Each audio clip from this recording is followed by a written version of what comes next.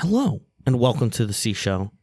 We're going to start off the show with sort of a recap of our Saturday night, our main event for Saturday night, if you will. And before we even get there, who are we? Oh, hi, I'm Charlie. I'm Connor. This is the C Show. Hell yeah. So we were talking about BCW, Original Sin, friend of the show, Alex, who works for BCW, hooked it up, got us in. We had some great interviews with Alvin Alvarez, BCW Women's Champion Danny Moe. We also talked to Matt Tremont as well, who inducted Nick fucking Gage into the Hardcore Hall of Fame that evening. It was a packed evening. There was a lot going on at the historic 2300 Arena down in South Philly. Connor, what were your highlights of the evening? It was awesome to go and talk to these wrestlers, Yeah. and they were all so open to talking to us. We just asked, do you have a minute for interview, a couple questions? Those videos will be coming out in the next little bit here, and they were just so down to earth. And again, they were out talking to people before and after, and to see some of the names that I saw growing up, like we found out that on the next show, they'll have Carl Anderson, right? Mr. Kennedy. Oh, I thought never mind. Ken Anderson is also a Bengals quarterback from the 70s, it looks like. Oh, Carl Anderson's that singer. Yeah, so Alvin Alvarez, who was in ECW, he had a performance review, which was like this extended promo segment, which there were some people chanting like this segment sucks, but like honestly I liked it. I thought it was great. It broke things up. There was an opportunity for Tim Emberley, who's the owner, to come out and like add a little spice to the show as well. And then again, setting up for this awesome event, BCW Hot Summer Night, July 12th, again, at the 2300 Arena. This is before, in August, AEW and WWE are both going to be doing shows at the 2300 Arena down in South Philly. AEW is going to be doing like a week's worth of shows. So that's going to be really exciting. But we got off the topic a little bit there already. But yeah, Ken Anderson's going to be there on July 12th. Going against Alvin Alvarez, and this is his prove it match. He wins. His contract gets renewed for another year. Wishing him all the best. One of the nicest guys that we talked to while we were there. So nice. I hope he wins, and we'll be seeing him at BCW events for this next year. Yeah, no. And speaking of people that we're gonna see or not see, over the weekend, it was reported that R-Truth and Carlito, both of their contracts are not being renewed by the WWE and TKO. And also, it's being reported that The Miz has removed all mentions of the WWE from his social media profiles. How do we feel, Connor? It's upsetting. Mm-hmm. And ever since TKO took over, it's been much more, bottom line, who are we cutting? And you're looking at it as a business, and I'm sure R-Truth probably had a decent sized contract. I'm sure he didn't want to take a pay cut. Yeah. But it sucks. These people that are still parts of things that are getting over, like R-Truth just wrestled the world champion. They're in the middle of getting him over. He had a match against JC Mateo, which we're going to talk about here in a moment. Carlito has been a featured member of the Judgment Day recently. The Miz and Mello. So while it is a business and TKO is worried about their bottom line, it's a little confusing. Yeah, and the problem with having such good developmental is they keep bringing up more and more people. Like the roster is getting a little bloated. There's a lot of mouths to feed. And a lot of big mouths to feed. I just wish there was a better way to do this. Like you said, unfortunately, at the end of the day, it's a business. I hope that these guys go and cash out wherever the hell else they can. I hope they're making all the dates, all the signings they can. And, I hope that they leave WWE in the dust. There are theories that R-Truth is going to go to AEW and be R-False, which would be great. That would be so awesome. Obviously, we would hate for him to go to like TNA because again, that's just affiliated with WWE.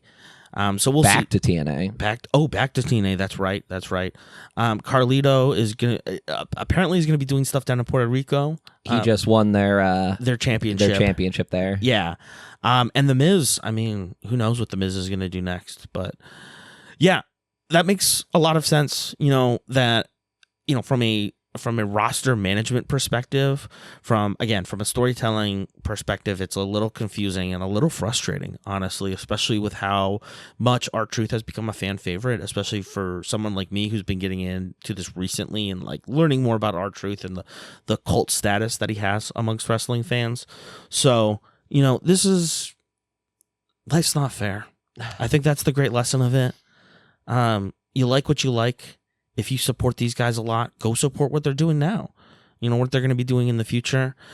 Go support your local indie show, because there wasn't a PLE that night, right? So if you got nothing to do, go to your local wrestling show, buy a couple of drinks, have a good time. Buy some merch from these awesome wrestlers that are so nice and will talk to you, and you can just tell how much they love it. Yeah, absolutely. Like, that was the thing that I had to remind myself, was like, these are people. They're doing what they love. They're very lucky to be doing that. And we're doing what we love, so we're very thankful for it. Speaking of which, speaking of merch, we do have some housekeeping stuff.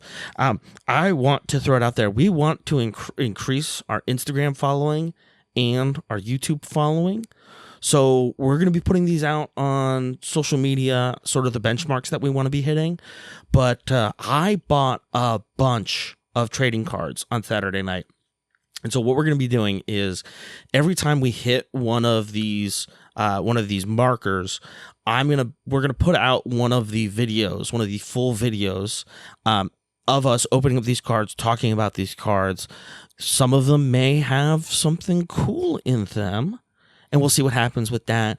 We'll have some exciting updates there as well. But again, those benchmarks will be coming out on all of our social media profiles: C Show Pod, Instagram, Facebook, Blue Sky. We're also on TikTok now. That's exciting, I guess. So yes, keep that in mind. We might be giving away cards if I feel like it. That'd be cool. We'll see. And stay tuned on The C Show.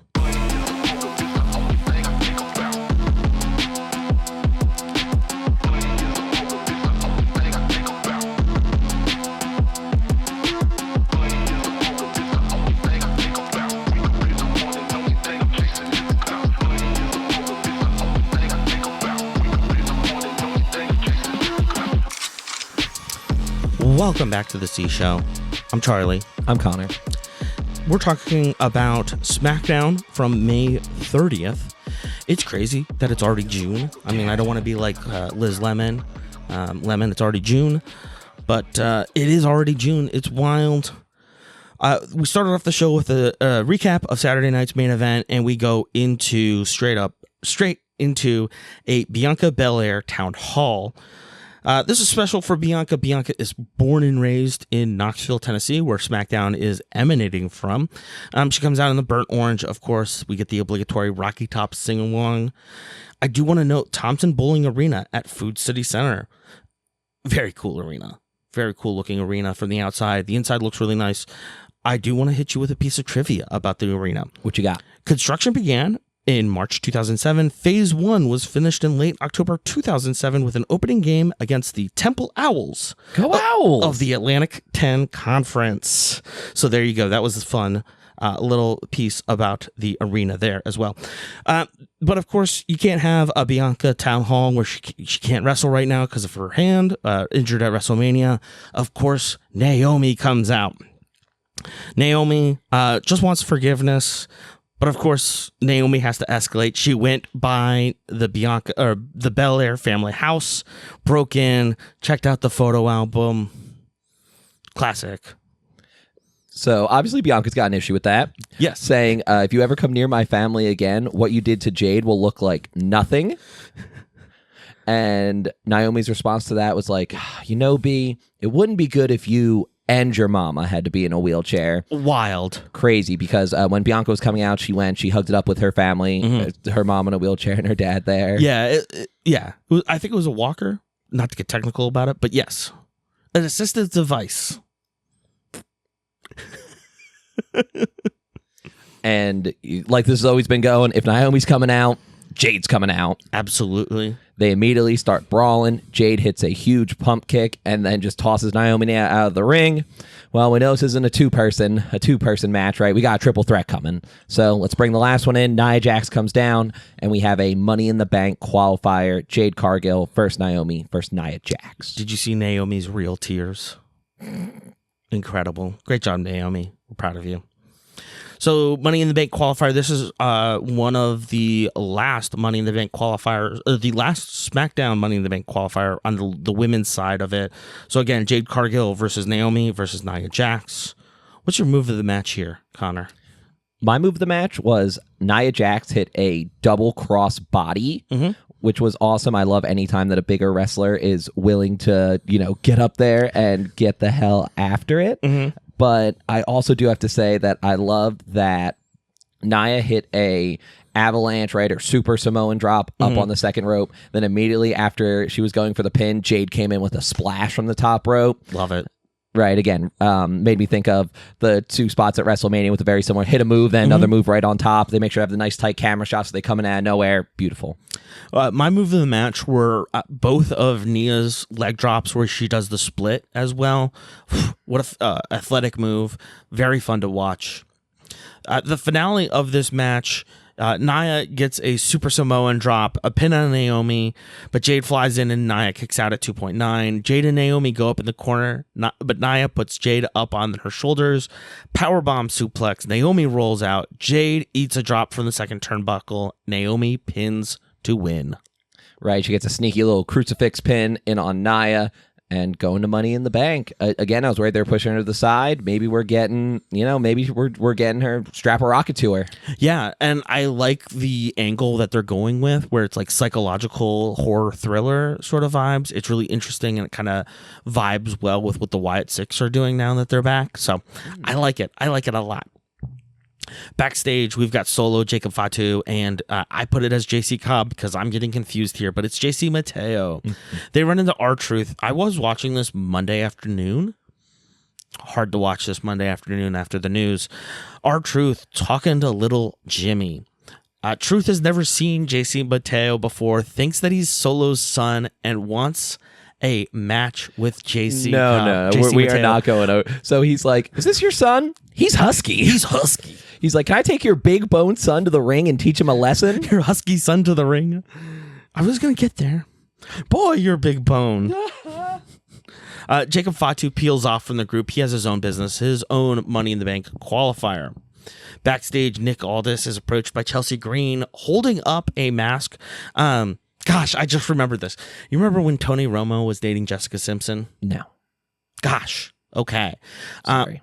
No, I thought this would loom forward in your mind as an Eagles fan, but I lived in the DC area.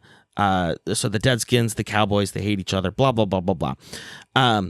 When Tony Romo was dating Jessica Simpson, I can't remember. I think it might have been Philly, but they all got like popsicle sticks and printed out pictures of Jessica Simpson and then stuck them to the popsicle stick, and then they were just in the stadium with Jessica Simpson on their faces.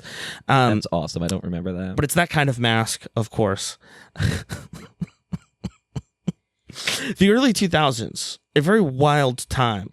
For some people, for some younger listeners, I can't believe I have to say that, there was this term in the early 2000s called metrosexual, which was basically like, oh, you're a straight man that takes care of himself. Literally, it was like, oh, you like, you brush your hair, you use products, you wear some cologne, you might use like you don't dress like a loser, you might wear you might use a facial moisturizer.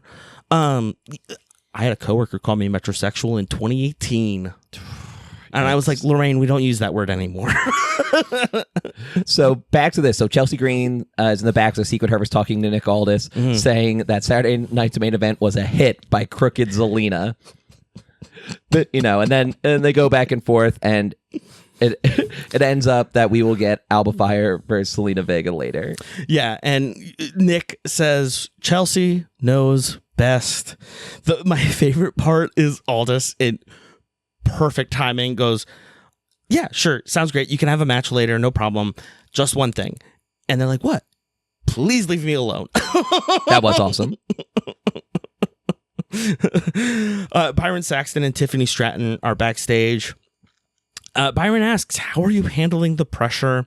Whoever cashes in on me is making a big mistake. Of course, Tiffany Stratton famously used her Money in the Bank contract to take the women's championship away from Nia Jax, her mentor. So Naomi walks in. She wants to know what happens when people play with me. Just ask Jade. As Naomi walks off the left side of the screen, Alexa Bliss comes in from the right side of the screen. Tiffany should be worried about Alexa Bliss. Yeah, I wouldn't worry about Naomi winning Money in the Bank. I would not. I'd be worried about me winning Money in the Bank. Mm-hmm. We do get a lot. So before Money in the Bank this Saturday, which we'll talk about at the end of the show, we do have Worlds Collide, which I'm going to try to check out probably on Sunday. We have an event Connor and I are going to on Saturday. So we'll probably be catching Money in the Bank later on Sunday. We'll be seeing, so we may not catch it live, but we'll be covering it on the podcast next week as well. But yeah, AAA, NXT, a bunch of luchador action, that asshole Chad Gable, etc., etc. Couple people pulling double duty, but we'll get there. Double duty. We now get our R-Truth versus JC Mateo match. There's a kid on Instagram, I think it's CZV Wrestling. He's like a 6-year-old with a Southern accent, or he's like a 10-year-old, 12-year-old with a Southern accent. He's hilarious. But he had the best point. He was like, I don't understand JC Mateo's character. He's just a big silent guy. That's all he is. And it's like, there's so many of those in the WWE. It's just like, why are we doing this? Like, a big guy that doesn't talk? Great. Imaginative. Give me a big guy who can talk. Maybe they just gotta let him. You know, I know he's had some good other runs other places, but you know, we'll get into it. What was your move of the match here? My move of the match, anytime JC Mateo's on the mat in the ring, it's gonna be Tour of the Islands. Easy peasy, lemon squeezy, just write it down. If JC Mateo's up there, it's Tour of the Islands. It's a standing moonsault. The man is a machine. Yeah, he's awesome. Like, my move of the match was R-Truth goes for a back suplex. JC makes it a crossbody in midair and then does a standing moonsault. And then, as you said, Truth goes for the AA, but can't get him all the way up. He hits the Tour of the Islands for the 3 count. Apparently, in when he was wrestling in Lucha Underground, instead of the Tour allegedly,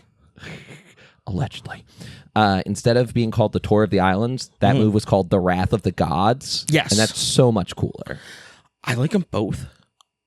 Interchangeable for me, honestly. I like Tour of the Islands because he's from Guam. Guam is it's South Pacific is most of those island nations are a collection of islands. The Marshall Islands is like 20 atolls, and it's not even, this is nerd shit. It's not even an island; it's an atoll. Like, an atoll is like real thin. This is the reason why the Marshall Islands doesn't have a football team, because like there's not places to put a football pitch.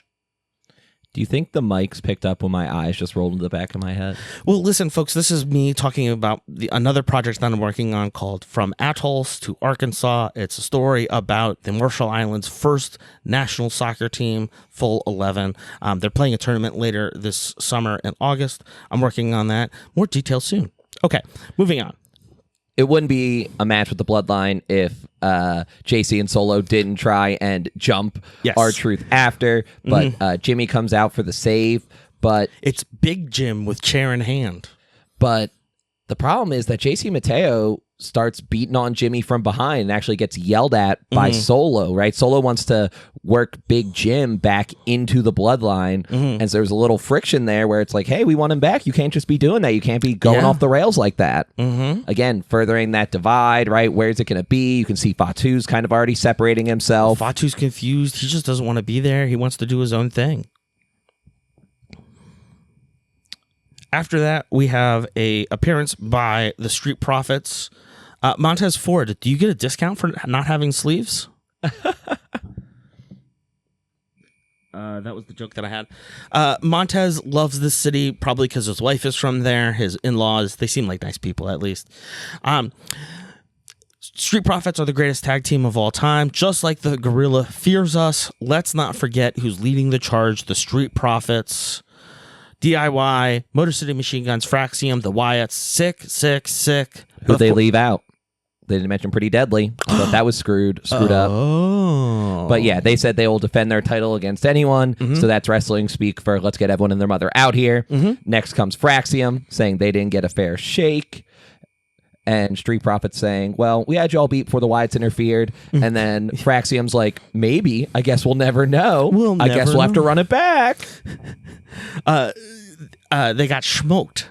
Like a smoke in a pancake. The shenanigans are behind us. They should have run it back. But of course, then it's Motor City Machine Guns, rat-a-tat-tat, show them it. They don't show them it. I'm disappointed in them. And of course, as soon as Motor City Machine Guns say they want a shot at it, Candice LeRae and DIY come out. Candice LeRae, didn't you nerds just get here to Fraxium? The best part, did you see when Ciampa leaned over to Gargano to speak into the mic, and then he realized, oh yeah, I do have a mic in my hand. No, I didn't. he like had a mic in his right hand and leaned over to his left to speak into Gargano's mic, and then he goes, oh yeah, I have a mic. Well, yeah, because Gargano was saying that there's a conspiracy to keep them down, that they've all killed the tag team division, and then they keep going back to this moment of silence bit, and I don't know if I love it or I hate it. They can just do the blackout easier. I think it's an easy cue. That's why. Like, I know that's just like they've used it other times too, not for that. Like, I agree that I think that was the setup for it. I just can't decide if I like that gimmick or not. But, you know, as we just said, lights end up going out. When the lights go out, it's about to go down. The Wyatts are here and they're cleaning house. Yep. Rowan, Loomis, Uncle Howdy, Joe Gacy, all here. Axiom meets a powerbomb. Nikki Cross takes out Candice LeRae. Sister Abigail by Uncle Howdy. I'm starting to really like the Wyatt Six, what they've got going on. I want to talk about what I've been able to find out about, or like the little research that I've done on the Wyatt Six and their members and the influences there, because Bray Wyatt was really into bringing in like horror cinema into wrestling. So Bray Wyatt, his big influences are Charles Manson and Max Cady from Martin Scorsese's Cape Fear remake. Cape Fear, are you familiar with it? I've heard of it, never seen it. Yeah. Okay. So if you're unfamiliar, Robert De Niro plays a felon who gets out of prison and follows the DA that sentenced him to prison. It's a whole like character study. It's really fascinating. Uncle Howdy, of course, is the spirit that corrupts Reagan in The Exorcist, which is a really deep pull. I'm a big fan of The Exorcist. I love the novel, love the movies. So that's a really cool pull. Loomis, of course, is the psychotherapist from Halloween. Michael Myers is therapist from Halloween. Yeah, Dr. Loomis. Okay. Joe Gacy, I don't know why he picked this one, but I think it's a reference to John Wayne Gacy. That was my thought. Who was an actual, literal, who was a walking, talking horror villain. And then Rowan, his influences are hard to decipher. They're not deep from his name. The sheep mask is definitely from You're Next, which is a pretty like seminal modern horror film. It was directed by Adam Wingard, who directed Kong vs. Godzilla and Kong and Godzilla, The New Empire as well. So I really just wanted to touch on that as well, because it's so clear that there's these cinematic influences, both in terms of like how they're setting up their appearances, but then also like all of the various things that influenced their characters. But yeah, no, we'll have more from the Wyatt Six here in a moment. Of course, we can't talk about the Knoxville without talking about the 1982 World's Fair and the Knoxville Sphere. Do you know that episode of The Simpsons? No, not off the dome. No. Bart. Why do I forget all their names? Bart Milhouse, the bully, and Nelson, and the Martin. They rent a car after getting fake IDs, and they drive. Oh, it's that episode. They take a road okay. trip, and the Knoxville Sphere is full of wigs. To hype up the Worlds Collide promo, or the Worlds Collide PLE between AAA and NXT. We've got Rey Fenix and Javon Evans versus Los Garza. NXT champion Ethan Page comes out to join commentary. Before we even get into the match, I just want to mention I love Javon Evans. He wrestled under Jay Malachi in DPW and was their world champion. Gotcha. He's super young. He's literally, like they said it, I forget, they're literally only like 21 or 22. Jeez, really? And he's amazing. Like I love him. Everything I hear is he's a nice person in and out of the ring, and just like the way he wrestles is just so unbelievable. Okay, you're gonna tell me that he's like 22 and I'm gonna be pissed. Because I was like that, like I was like, sign this guy, like bring this guy up. If you're gonna be kicking on R-Truth, bring on Javon Edwards or Evans. It might be worse than we thought. Oh gosh, he was born in April of 2004. So yeah, he is freshly 21. Okay, moving on. My move of the match is, of course, Javon Edwards. Why do I keep saying Edwards? Javon Evans with the crossbody from across the ring. Incredible. Just incredible athleticism to just leap like that and then hit it. I don't even remember which member of Los Garza it was. I like Berto a little bit. I'm meh on Angel, but yeah. For me, my move of the match is what they called on commentary the That Boy Bouncy Rana. That Boy Bouncy. So he does a springboard off the second rope and does a Hurricane Rana, which just bouncing off the ropes. He had so much force to it. It looked great. Again, he's an awesome wrestler. I cannot wait for him to get called up and just for everything he's going to get here. Yeah. So the finish of this match, Ethan Page comes off of commentary, pushes Javon off the ropes. Garza hits their MTY for the 1, 2, 3. And of course, Garza has the influence of Santos Escobar. Shenanigans occur throughout. At the end of this match, Joe and Wade are arguing about the match and Wade's guest interfering with the match. Someone takes over the video feed. It's Uncle Howdy. He's on a 4.3 CRT filter, so it looks like an old television.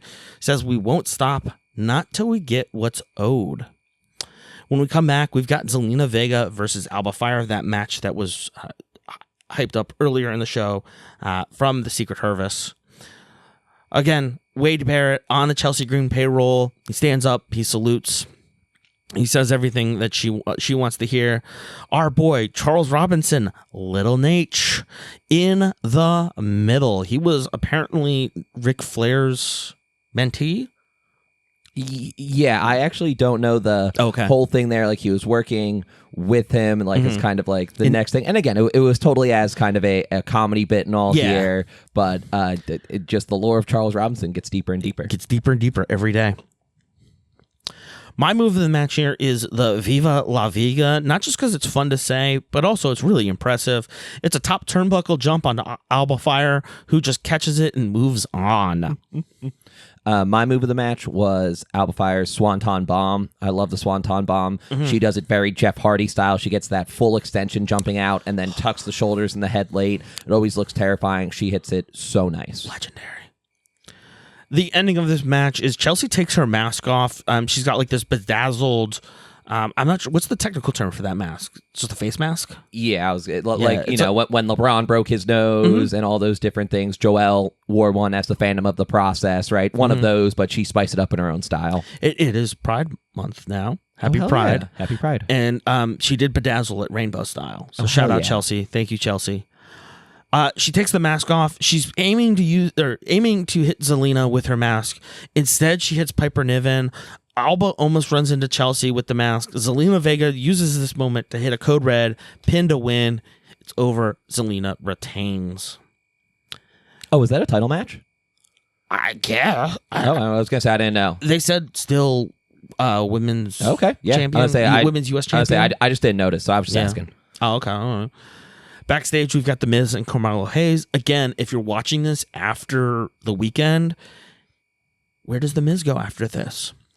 I don't know. It's weird because like they didn't say that the Miz anything was going on with his contract. Again, like him and R-Truth were are very close. Yeah. So I don't know if it's more just like kind of in response to that, because again, we keep hearing more and more people getting released. I don't know if he's just upset, if that's on the horizon for him as well, but he's definitely taking more of a backseat role. Again, rarely in the ring. Again, this thing with Mello, right? We go back with Mello don't Miz. Again, tonight we don't follow. Tonight we follow the plan. Yep. The Miz keeps saying, "I sacrificed myself for you. I'll make sure that we are Mr. Money in the Bank." Carmelo Hayes is like, "Look, what brought me to the dance is my talent, and I need you to let me be him." Yeah. Mello actually is the one that goes through and tries to do the Mello don't Miz bit, and Miz has no interest in it. Miz is not interested at all. We have a Julia pre-tape from after that. This was also shown during Raw for the international audience.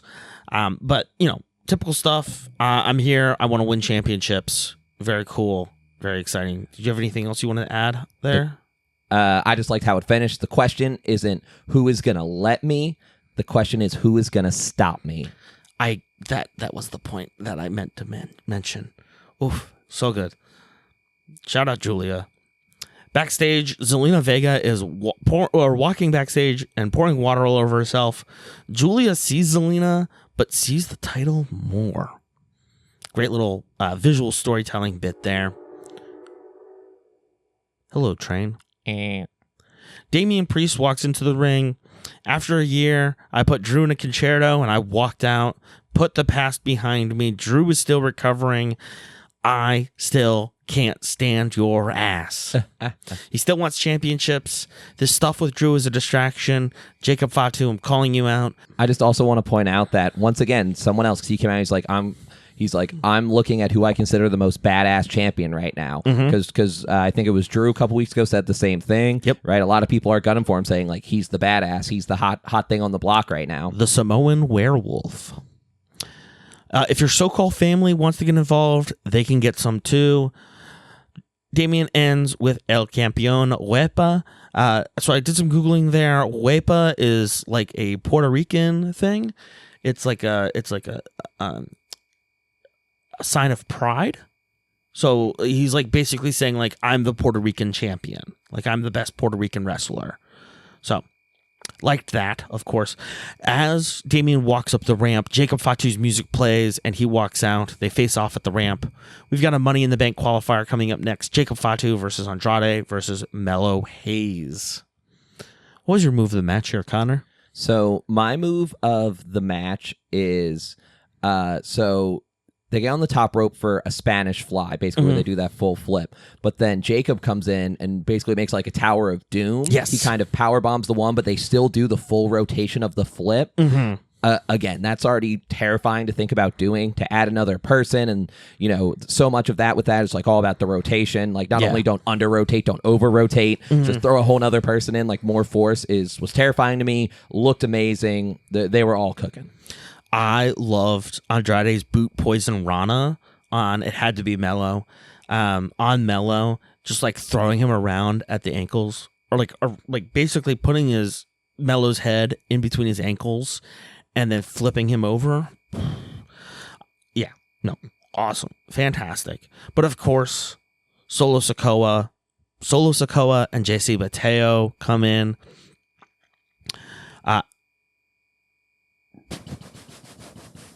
Was that it? They just came in? So once they came in, Fatu has the opportunity, and he goes for a double Samoan drop. He only ends up hitting Andrade.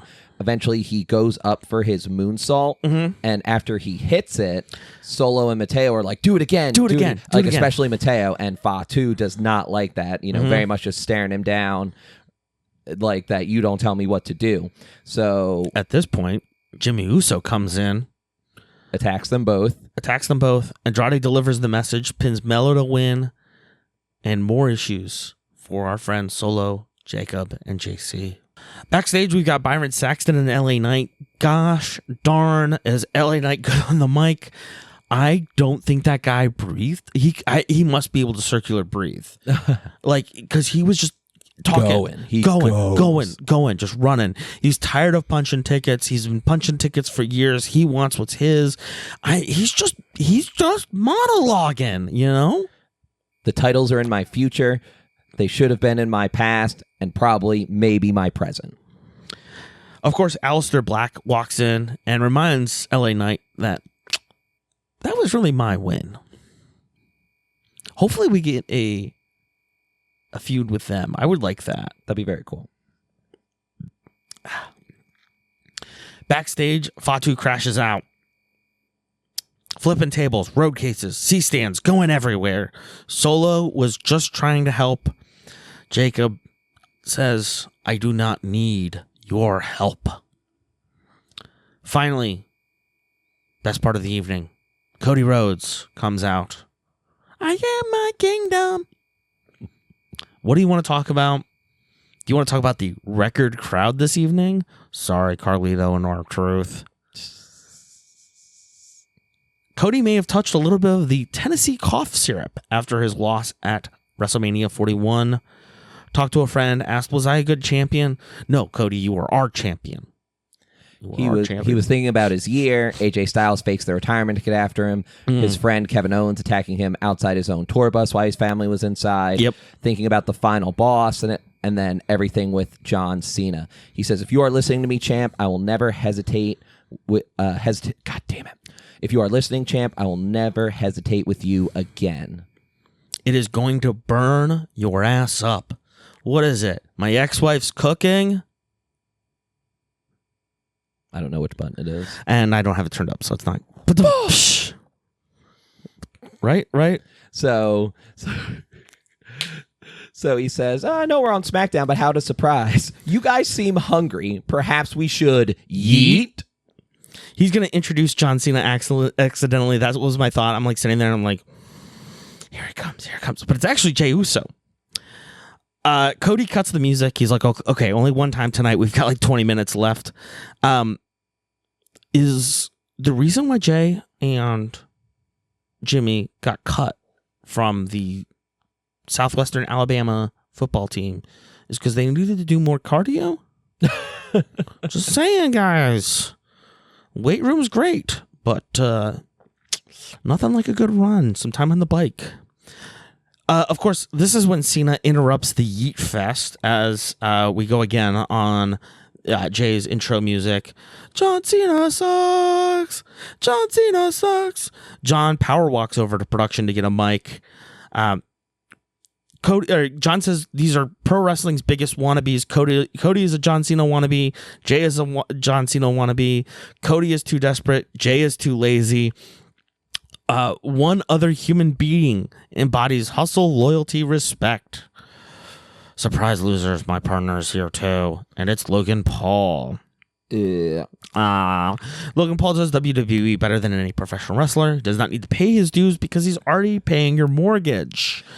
Everybody came to see John Cena and Logan Paul. No, I came for Tiffany Stratton, but that's a different story. So Logan Paul comes out and he's like, Cena speaks the language of truth, right? Because he's been doing his true, false, blah, blah, blah. He's saying he should have left Saturday night's main event with that championship. Jay got lucky, and those guys are cheaters. I am the superstar in WWE. See you at Money in the Bank. Well, Logan calls Jay and Cody Nepo babies, and something that I was thinking about and I wanted to talk about recently on an episode was the idea that, John and Logan, these quote-unquote self-made men, are going to ruin wrestling, but the guys that are going to bring it back and save it are going to be Nepo babies in Cody and Jey Uso. And I think that's really interesting as we talk about the cultural discussion around Nepo babies, in that most of the time the discussion around Nepo babies is negative, as it should be. It's nepotism. Cody and Jay are both fantastic wrestlers. They've both done the work. I wouldn't call Cody necessarily a Nepo baby. I would call maybe Ava a Nepo baby over on the NXT side, but that's a different story, and we're not going to get into that because there's a whole layer of things. But again, I think that it's really interesting that these Nepo babies might save the WWE from itself. But of course, Logan says, I am the inevitable face of this business. If you want some, come get some. We ain't got to wait for Saturday. Cody pops off his jacket. He loosens the tie. John walks out despite pleas from Logan. Cody can't let it go. Says, are you going to go back there and polish his Peacemaker? Fantastic. And that's when we get the Donnybrook. They start brawling. Cody and Jay stand tall at the end. They will be having a tag team match this Saturday at Money in the Bank. And we'll talk about that more here on The C Show.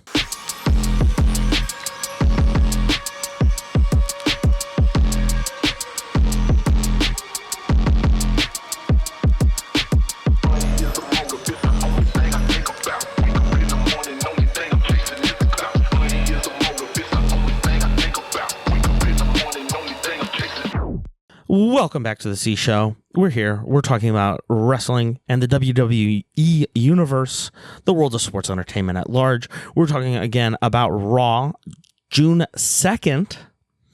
My first thought here is another goddamn PLE already. Mm-hmm. As we start off the show, we get a special treat from Cole and Pat McAfee. Cole strips for us. Oh no, he's wearing a Pacers jersey. Again, you know, the C Show was split. Mm-hmm. Pacers go on. Let's get TJ McConnell a ring. One of the original Process guys. Yep. Shout out TJ McConnell. Finish the process. Finish the process, TJ. I do just want to say, white guys don't look in basketball jerseys unless you're underweight. Some exclusions apply. Here are the 3 players that I would like to include in that exclusion list: Bill Laimbeer, Dennis Rodman, and Joel Embiid. Moving on, we get a CM Punk town hall. I thought you would have appreciated that. No, I had a little giggle too, because I was wondering where you were going, and then you hit me with Joel, and I was like, oh. Anytime I hear Joel, I'm just like, hell yeah. I love Bill Laimbeer so much. The Bad Boys, the 30 for 30 documentary, go and watch that. So good. One of my favorites is when Bill Laimbeer just goes up and he's just like, yeah, I'm going to just hit this guy in the face. We start off the show with a CM Punk town hall. Is it ever great to be alive in Tulsa, Oklahoma? Punk does need some gold around his waist again. Yeet, yeet, yeet. It's not personal. It's just business. John Cena. John sold out his soul to a bald fraud. I'm going to pick the bones, you little bitch. Still about the money. CM Punk will be champion one more time. Who comes out but his friend Sami Zayn? Let's go. Punk even sings into the mic during the song. That's one of my favorite parts about CM Punk, is he likes other people's music, plays into it. Very cool, very fun. Sammy wants to highlight the importance, which is very Canadian pronunciation. I love Canadian pronunciation. Deckel. That you win tonight. We all need you to win tonight, Punk. I want you to win tonight in his Money in the Bank qualifier.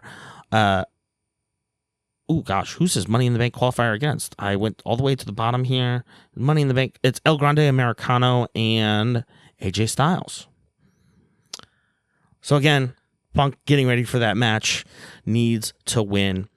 Backstage, we've got Liv, Raquel, and Roxanne. Liv is not standing for Roxanne's nonsense while she was off in Japan filming that Bad Lieutenant movie.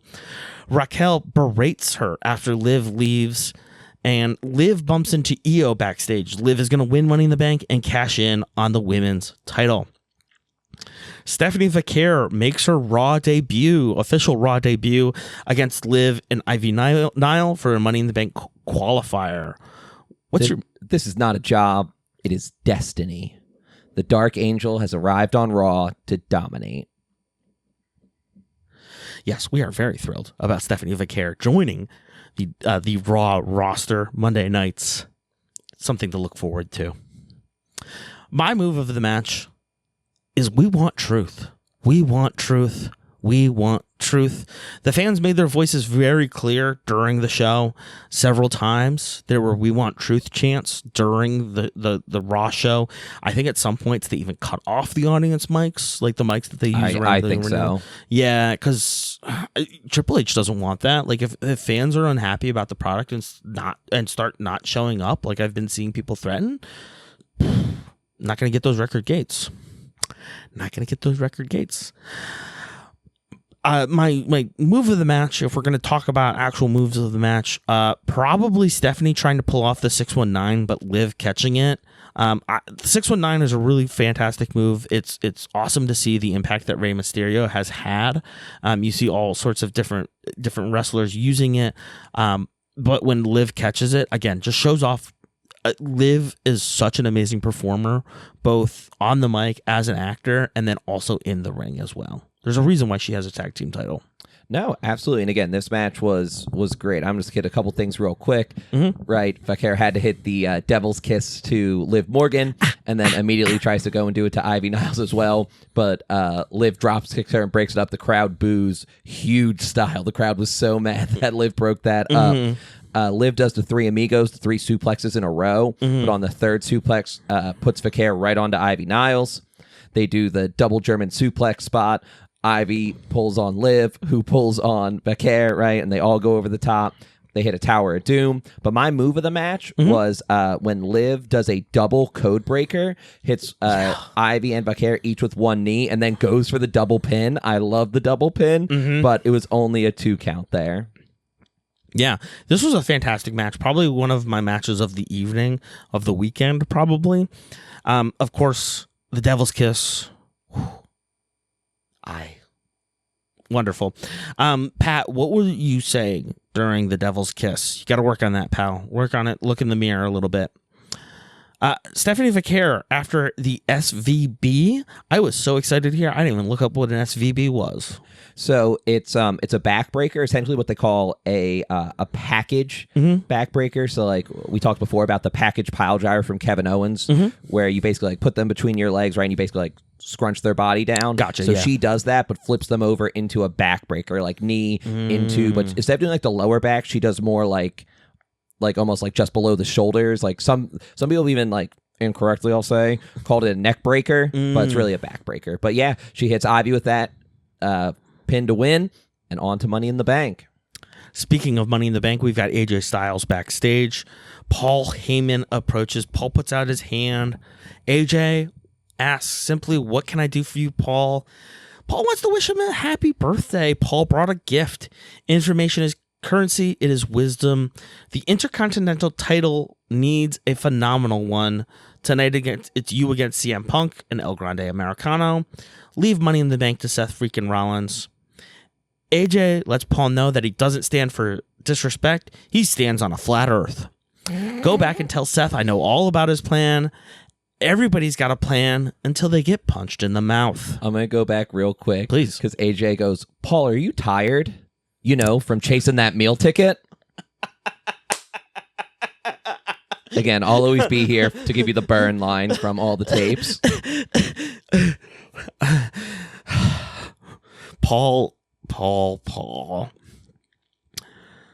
During the commercial break that the American audience gets, the international audience gets Chad Gable coming out, and he taunts the the Tulsa crowd, by saying that the Thunder will lose Game 1. The Oklahoma City Thunder will lose Game 1.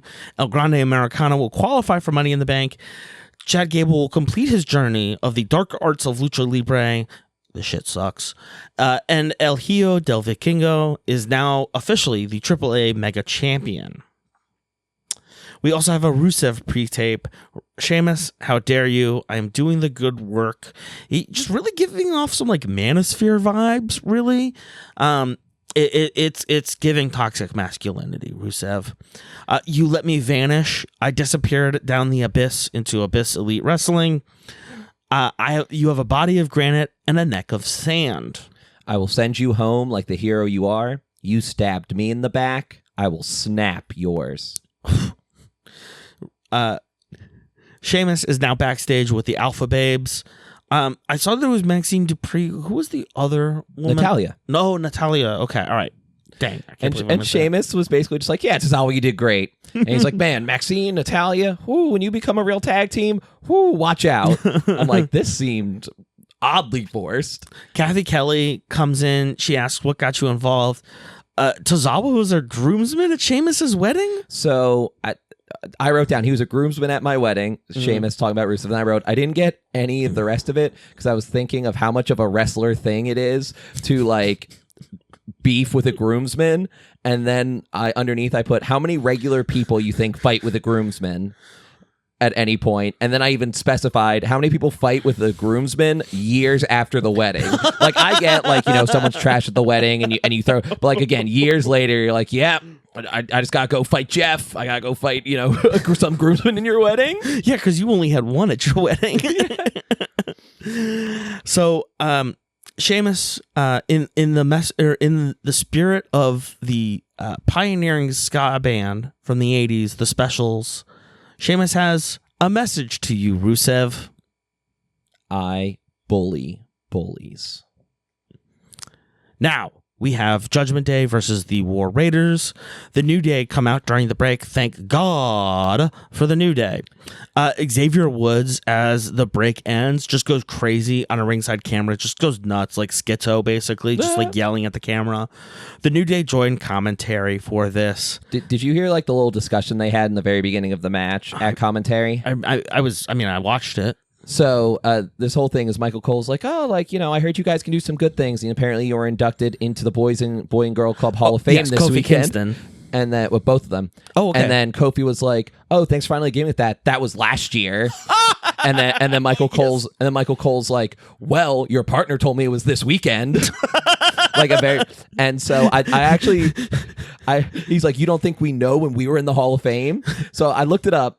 In 2023, both of them were were inducted in the Boys and Girls Club of America Hall of Fame as a part of a large anti-bullying campaign they did.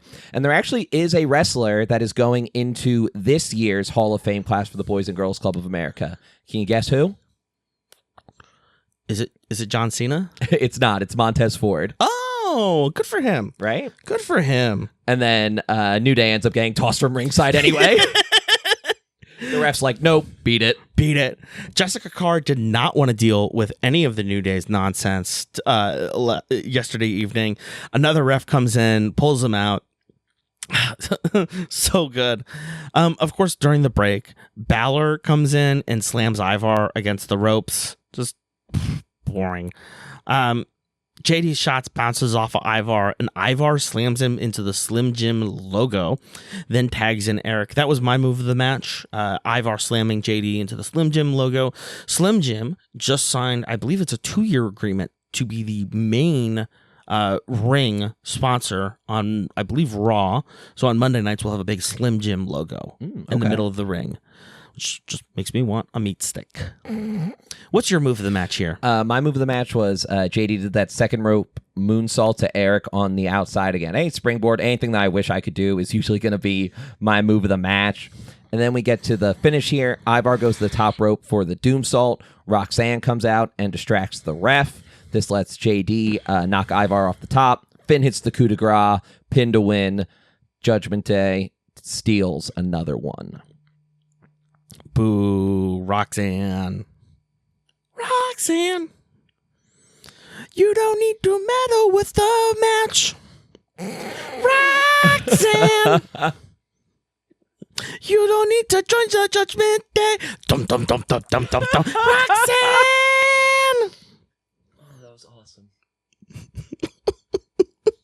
So next we get to a Becky pre-tape here. She's saying Lyra's cost her the tag team titles, cost her Money in the Bank. She'll never achieve greatness. If she beats me at Money in the Bank, it will be the worst thing to ever happen to her. When I win, she'll have to hold up my hand, the same one holding her down. Of course, we're going to get Lyra up next. During an ad break, we get Grayson Waller and the New Day finally in the same room together on camera. The New Day are just gaslighting Waller. It's so good. They go, oh, Austin Theory is holding you down. You are a rising star. You got to get rid of him. Waller goes, yeah, that's a good idea. And then he disappears. American Made, all four approach. They have a discussion about the word brother and who's allowed to use it. Julius Creed just doesn't understand. We now have a problem with the Judgment Day, but what you need to be worried about is the Creed brothers. We will take your tag team championship. In the last minute of the break here, we get a McAfee minute. I think really they needed to fill 60 seconds, and they're like, Pat, say something. Of course, he says what Will Wheaton made famous anytime he touches down in the city. Tulsa, Oklahoma, I am inside of you. Pat wishes the Thunder good luck. Shouts out Sean Gilgis Anderson, SGA, flop merchant. And Pat finishes off by saying Pacers in 6. Shout out to Kathy Kelly, who accidentally calls Money in the Bank WrestleMania. Kathy and the Kelly, you are C-Show Star of the Week. Of course, as soon as Kathy asks her first question to Stephanie, Rhea Ripley comes in. It's mommy. She comes in. This will heal me. The pop alone. It's great. Yeah, ends up shaking her hand and just says, I will see you Saturday. Earlier in the day, Rhea was photoed walking in our Truth shirt. Yes. Our Truth shirt absent when it came time to be on screen. People were wondering if there was a conversation there. Interesting. We now have a town hall between Lyra and Becky in the ring. Lyra starts it off with, Becky, just come out here so I can say it to your face. Stop being a coward and get out here. As soon as Lyra tries to speak, no, shut up. All you did was show the world that you're delusional. Your downfall needs to be studied. You gave up being a good person. Lyra had to double check what belt she had. Listen, honey, I got to do it all the time too. I can't keep track. There's so many belts. And you had 2 at one point a couple weeks ago. So I don't blame you for that. The only thing that is poisoned is your perspective. Becky is so good here. Lyra offers, let's just give Tulsa a little preview. And Becky hits the refrain, I don't fight in Tulsa, Oklahoma. I'll see you in LA. However, they do have a small brawl on the ramp. Yeah, Lyra chased her up the ramp, right? The classic throwing some hands, and then it's the one time the refs actually managed to do a decent job of keeping them separated. Indeed. We got to give them their flowers there. The WWE licensed some NBA footage. Congratulations. They made a Tyrese Halliburton choke shirt. The graph goes up and to the right, folks. Penta has a pre-tape here. It's the most important match of the world, most dominant, biggest ladder match. Penta, a master of the ladder match. Money in the Bank is my destiny. Yo soy Penta, cero miedo. Hell yeah. Yeet, yeet, yeet. It's Sammy Uso. Sammy gets his own glasses. Hit my music. Yeet. So Jey Uso and Sami Zayn take on Braun Breaker and Bronson Reed here. I saw that we both had the same move of the match because whenever Sammy does it, that tornado DDT off the top is always fantastic. Again, he's so smooth, right? You know, shades of El Generico, if I say so myself. So for the finish of this match, Sammy does a dive and gets caught. Jey does a dive and takes everyone out. But Seth comes out and stomps Jey on the outside, forcing a DQ. Dude, it's a duster. It's so cool. Can we stop for a second and talk about this? What? What's with that jacket? I was going to wait on that. I think we should go over the jacket now. Hear about it now. Well, first of all, it's not a jacket. It's a duster. It's like a jacket, only it's longer, thicker, and far more badass. I look like Lorenzo Lamas, and women find it irresistible. Well, that part's just simply not true. Either way, I like it. Seth starts giving instructions, laying it out for the troops. He lays Sammy out on the table. Bronson Reed goes up. Punk saves the day with a steel chair. He stares down Rollins. Braun Breaker says some naughty words, and Seth has to put him in his place. We've got him right where we want him. We cut backstage. We've got the Judgment Day sketch. Liv and JD talk. Chicken nuggets, shoulder rubs, interference. Liv sees what's going on. Imagination can all play tricks on us. Imagination. I'm full of references tonight. Roxanne came on strong, but you trust Dom. It's not Dominic I don't trust. Let's make a plan, and Liv butts in. Liv makes JD babysit Roxanne. And then JD and Dom talk. Everything seems okay. Dom apologizes last week, but Finn taps the IC title.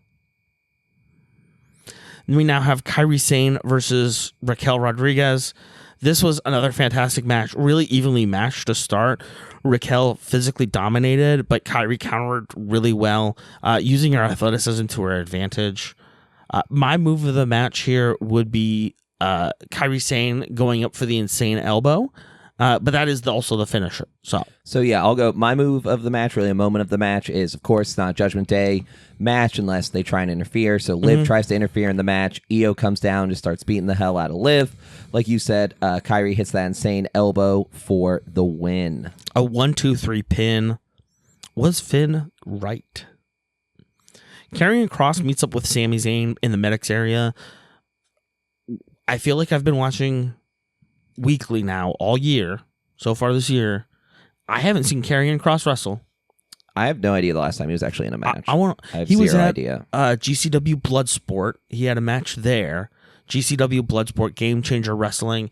Bloodsport is a hybrid professional wrestling MMA thing. Yeah, like shoot fighting. Yeah. Shoot in big old parentheses. Big old parentheses. But like they don't have a traditional ring. It's just like a mat. I was watching some footage of it. Like they wear gis, like the traditional like martial art gi, rather than like ring wear. So it's kind of interesting.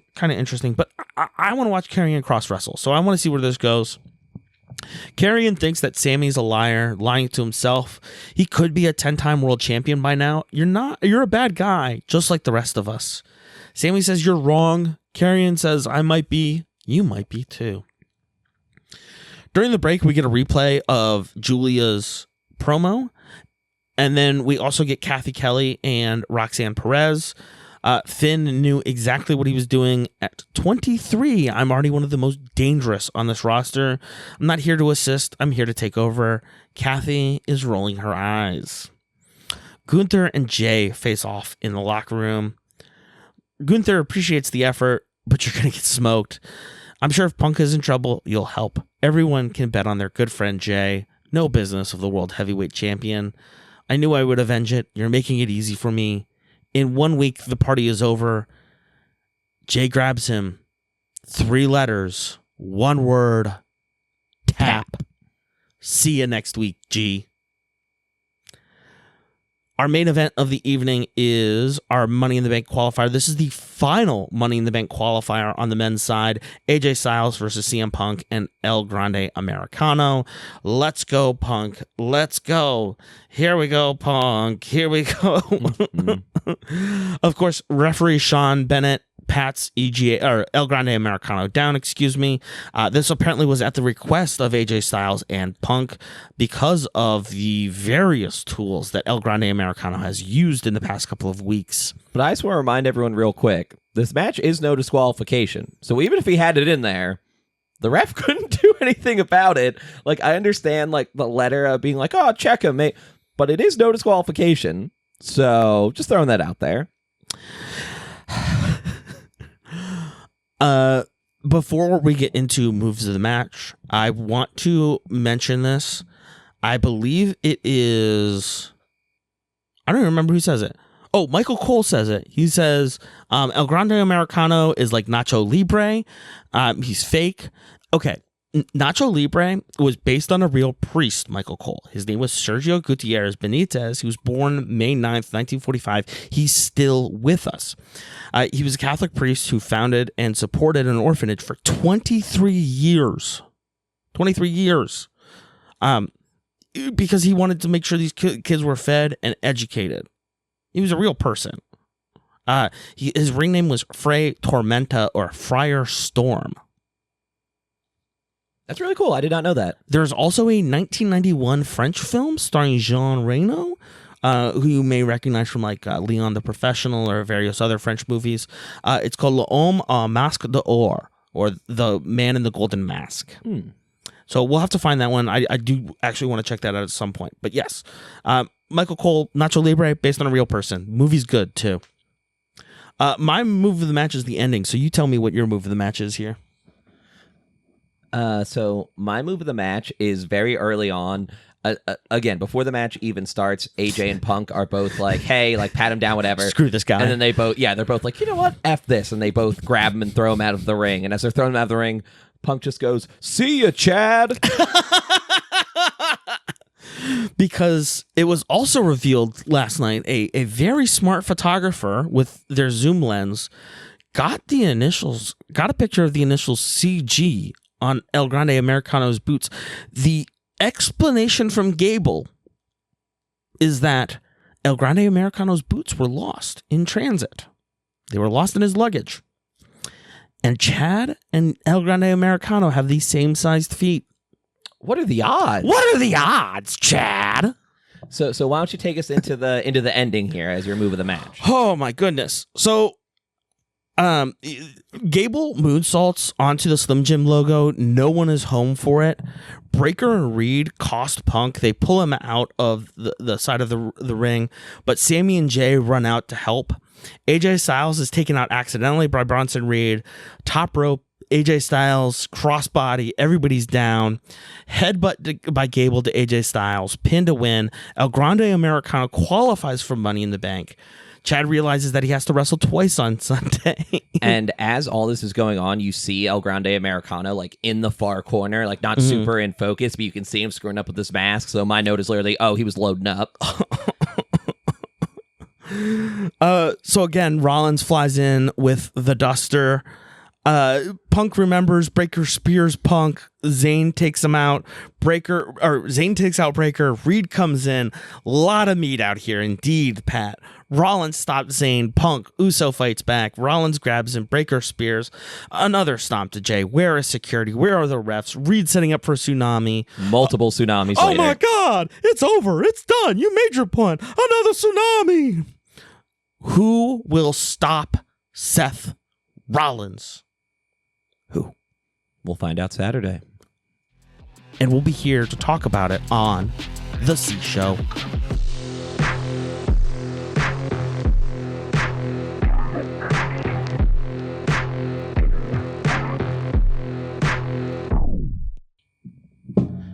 Wrapping up here on The C Show, we're previewing Money in the Bank. It's at the Intuit Dome in Los Angeles. The first match is our men's Money in the Bank match. We've got Solo Sikoa versus LA Knight, Penta, Seth Rollins, Andrade, and El Grande Americano. This is, of course, a ladder match for the men's championship match contract. Again, the winner of this match can take the Money in the Bank briefcase and cash it in at any time to win a championship belt of their choosing. Who do you got for this one? I want it to be LA Knight so bad. Like, I need a world championship on LA Knight. He did such great stuff with the U.S. title, and I'm hoping that taking it off of him was just setting him up for a world title run. Again, he's great on the mic. The Fantastic. crowd loves him. He's interactive with the crowd. Like, I see no reason not to strap a rocket to him. I mean, we've been saying it for a couple of weeks, for a long time. I feel like at least 10. Penta. I want to see Penta win. Yeah, I can definitely get behind that too. They're definitely my 1 and 2. I don't care about Solo. I hope El Grande Americano. I know explodes. Andrade and Penta are going to team up against El Grande Americano. Easy peasy. Yeah, hopefully. No questions. The real question will be how much interference from Seth Rollins' group will there be? Is there no disqualifications in this match? Wow. Okay. Yeah. So there can really be some shenanigans this weekend. We then have the women's championship match contract for Money in the Bank ladder match. Alexa Bliss, Roxanne Perez, Rhea Ripley, Julia, Naomi, and Stephanie Vaquer. This is a stacked match. If you told me to list off 6 wrestlers that you like, Rhea Ripley, Stephanie Vaquer would easily be there. Alexa Bliss is in there. Naomi, as terrifying as Naomi is as a villain, she's up there as well. Roxanne Perez, again, mentioned it earlier, she's 23 and she's at this level already. Phenomenal. She's got such a long road ahead of her. For me, I think there's a couple of interesting stories here, with Stephanie Vaquer and Julia just joining from NXT. Naomi winning would be really fascinating. Rhea was just women's champion, so seeing her get it again would be great. Well, what are your thoughts here, Connor? I hope that it's either Alexa Bliss or one of the youngins, just because Rhea's going to get back to another world title for sure, no matter what. This is a chance to really get one of these younger superstars again. a hot start. Like, think about where Tiffany Stratton was Yeah. a year ago to where she is now. Not that she wasn't popular, not that she wasn't over, but like she's at that next level now. That could happen to any of them. And I think Alexa Bliss would be cool too. Be the first 2-time women's winner. The women's Money in the Bank briefcase is 100% success on cashing in. Oh, wow. The men's Okay. is not. The men's only like 80-some%. So, you know, in theory, it's damn near a guaranteed world title for you. Cool.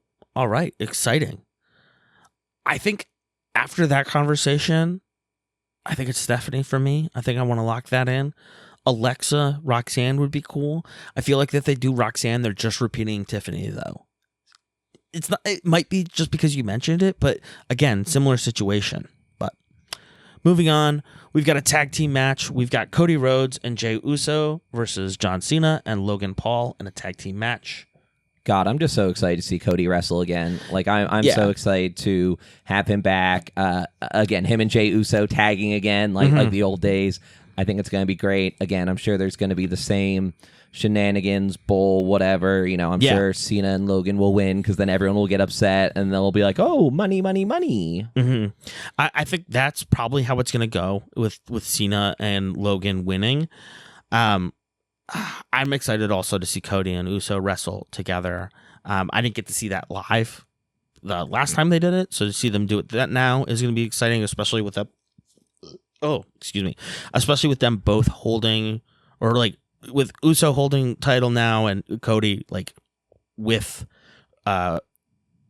drive, determination to not only like get his championship back, but also save wrestling, save like what's made his family successful.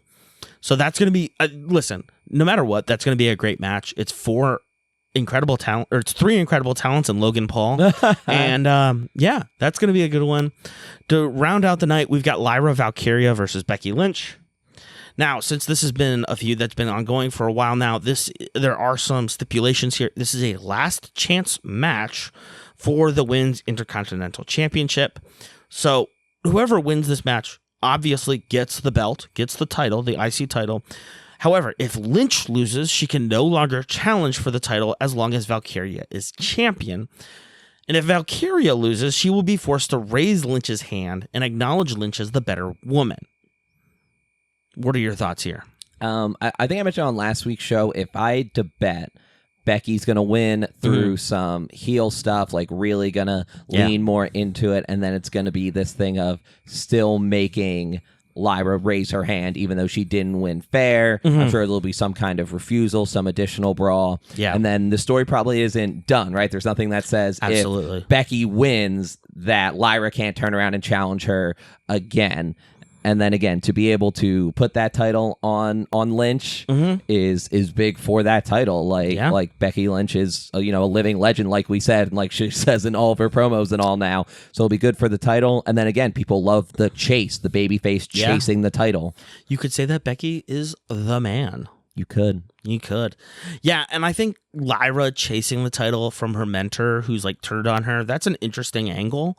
And one that I'm looking forward to watching further. So that's Money in the Bank. We'll be watching that this weekend. We'll have more coverage, of course, next week. Thank you so much for listening.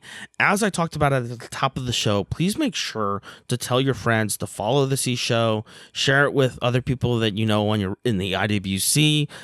Again, subscribe on Instagram. All right, subscribe on YouTube. Follow us on Instagram. Follow us on TikTok now. C Show Pod. C as in Charlie. C as in Connor. SHOPOD.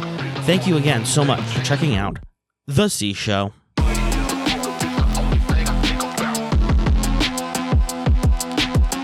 Of course you like The C Show. Make sure to subscribe, rate, review, and share our podcast with your friends. Make sure to follow us on social media. We're on Instagram, Blue Sky, Facebook, and YouTube at C Show Pod. You have questions for the boys? Send us an email, cshowpod@gmail.com. Thanks to our friends, Amir and Patrick, for their assistance. The C Show is a production of 832 Media. Thanks again for tuning in, and we'll be back next week.